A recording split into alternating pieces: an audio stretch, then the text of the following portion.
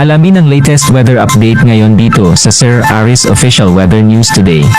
Sa ating latest satellite images, makita po natin na patuloy pa rin pag-iral ng southwest monsoon o habagat. Kahapon nga po na umaga, lumabas na ng Philippine Area of Responsibility ang bagyong Sinday na may international lim na Bavi. At ngayon po, ito na sa may bahagi na ng mainland China. Dahil nga po sa paglabas ng bagyong Inday at inasa natin na mag-anticipate o maluluson na nito sa mga susunod na oras, susunod na araw, ay isina na rin po yung epekto ng southwest monsoon o habagat. Kaya inaasahan natin sa mga susunod na araw, mababawasan na yung malalakas na mga pag-ulan.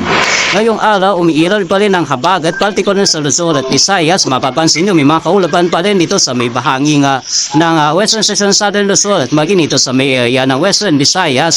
Posible pa rin ang mga pag-ulan, partikular na nga dito sa may area po ng western section ng Luzon.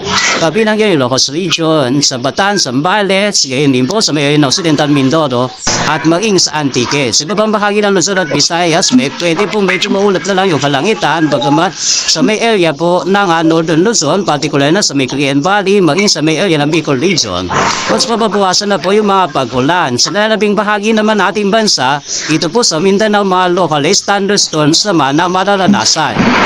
Samantala, meron po tayong minomonitor ngayon, isa pong low pressure area na nasa 2,000 kilometro silangan ng Eastern Visayas. Sa ngayon po, itong low pressure area na ito ay malita man yung posibilidad na maging bagyo, pero patuloy pa rin natin itong imomonitor. Sa ngayon po, ay hindi naman ito nakaka-apekto pa sa ating bansa, kaya po manatili po nakatuto sa mga update ng pag-asa, particular na ito sa minomonitor natin na low pressure area na nasa labas ng Philippine Area of Responsibility.